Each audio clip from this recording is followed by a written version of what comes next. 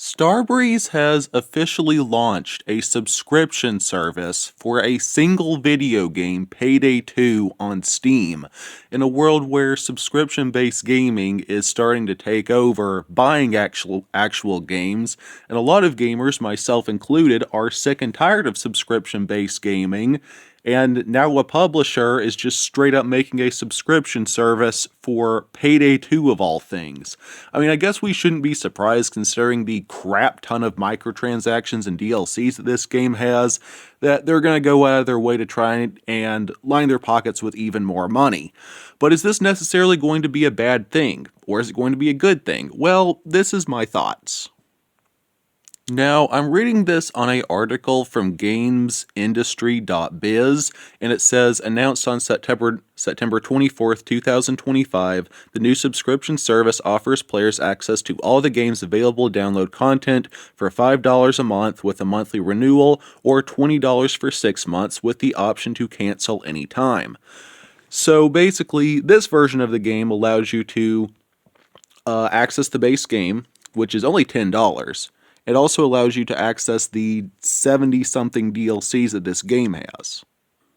And I'm sorry if my voice is off, I'm kind of sick right now, but I wanted to record this anyways. So going on to the Steam page, this game has 75 DLCs, I believe, and it has 78, my bad. That's quite a few DLCs. And let's see here, there are bundle packs, one's like $36, another one's $42, another one's $170.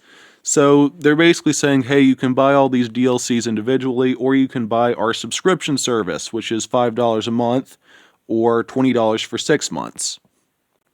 So that can be like $60 a year, or $40 a year, I believe, depending on which one you go with. So what are my thoughts on this? Well, I'm not a huge fan of subscription-based gaming, all right? I like actually buying the games that I own.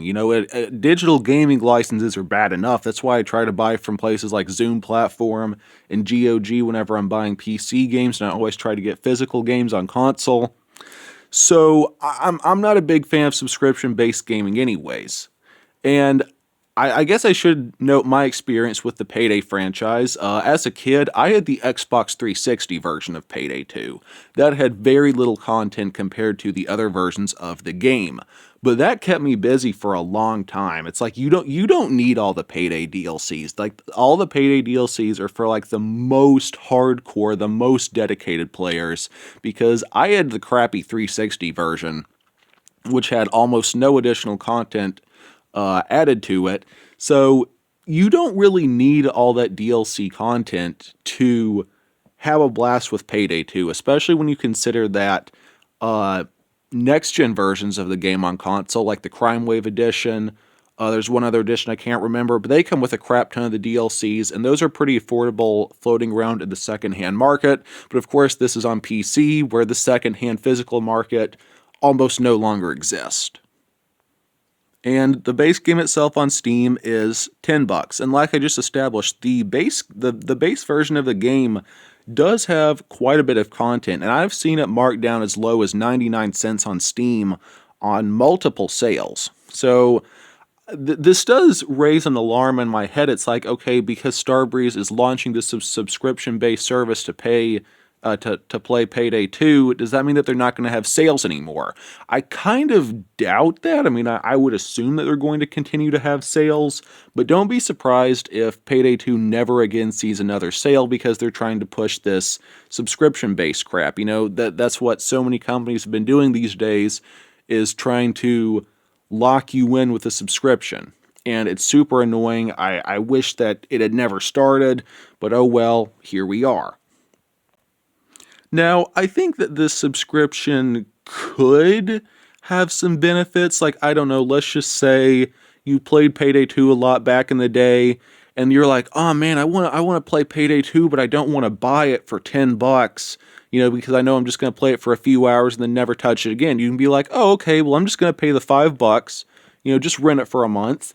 And I know that I'm probably never going to touch it again, so that's a good deal for me. For someone who would be in that situation, this is actually a really good deal. I'm not going to lie, and this does have some positives to it, but I think that I'm really worried that this could create a domino effect of more and more individual games becoming subscription-based. Now, subscription-based gaming is not anything new. I mean, there's like World of Warcraft, League of Legends, things like that. But those games are like MMOs.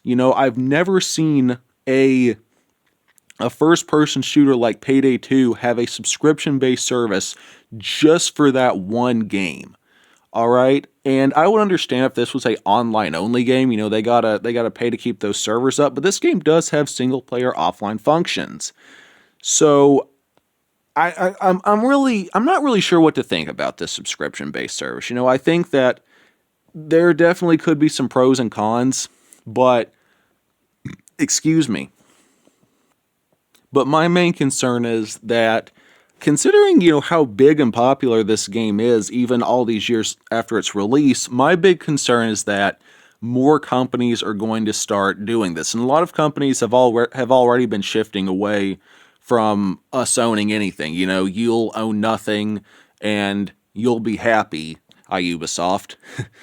So, continuing a bit more on the article, with more than a decade of content behind Payday 2, we want to give players greater flexibility in how they experience the game, said Gustav Neiser, head of commercial at Starbreeze Entertainment, in a press release announcing the new subscription service.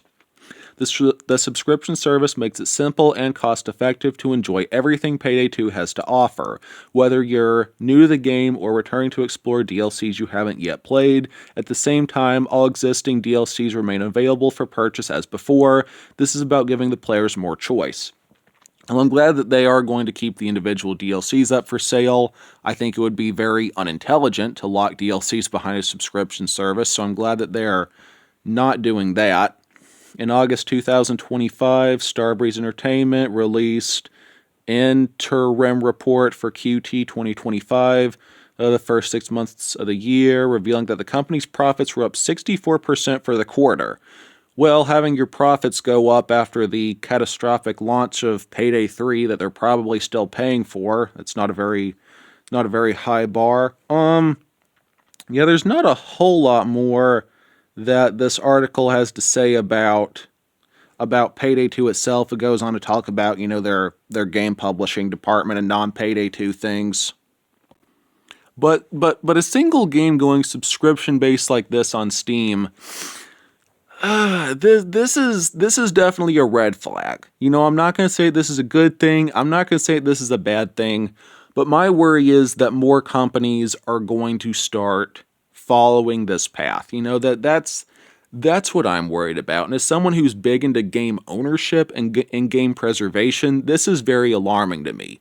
If this was on GOG or Zoom platform, I don't think they would have let it slide, because that is completely goes against what GOG and Zoom platform are about. Those platforms are about giving you ownership of your digital games. So please note that this is on Steam, where 99% of the time you're buying a license and you're not buying a game.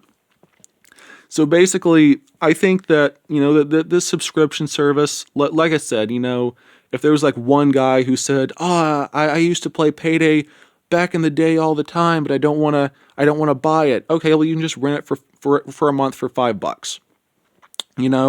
And this game does have a crap ton of DLC. So let's just say you wanted to experience all the DLCs once, but you didn't want to buy them. You could just get the subscription service, And I think that would be a bit more affordable than paying $170. Let's just say you're only going to play all the DLC maps once. You pay $20 for the subscription, you get access to them for 6 months, and you play them once, you never touch them again. That's obviously a better price than paying $170. But you do have to keep in mind that at least these things used to go on sale. And again, does this subscription mean that they're not going to have sales anymore? I doubt it, but it is possible. So basically, I'm not really sure what to think about this. All I can say for sure is be wary and be cautious, and know that a lot of these game companies do not want you to own the products that you're buying. Ubisoft is especially infamous for this, given the Crew incident a little while back, when Ubisoft said that gamers need to get used to not owning anything. I don't know, maybe he had insider information on Starbreeze and maybe they're collaborating. Now, that's purely just speculation. There's no evidence to back that up at all. That's just something I'm throwing out there as a possibility. So basically, just be wary of this and know that a lot of companies don't want you to own the products that you're buying. That's why Microsoft is pushing Game Pass so hard, why they're pushing digital licenses so hard. A lot of these companies, they don't want you to own anything. So this is definitely very suspicious, very eyebrow raising. It does have some pros to it, like I said, so I'm not going to completely write it off. We'll just have to see where this goes, and I hope this doesn't become an industry standard. Because again, I'm big into game preservation. I'm big into actually owning the things that you spend your money on. So above all else, my advice here is just be careful. And again, that's all I have to say for now. I'm sorry that my voice is off. Again, I'm kind of sick.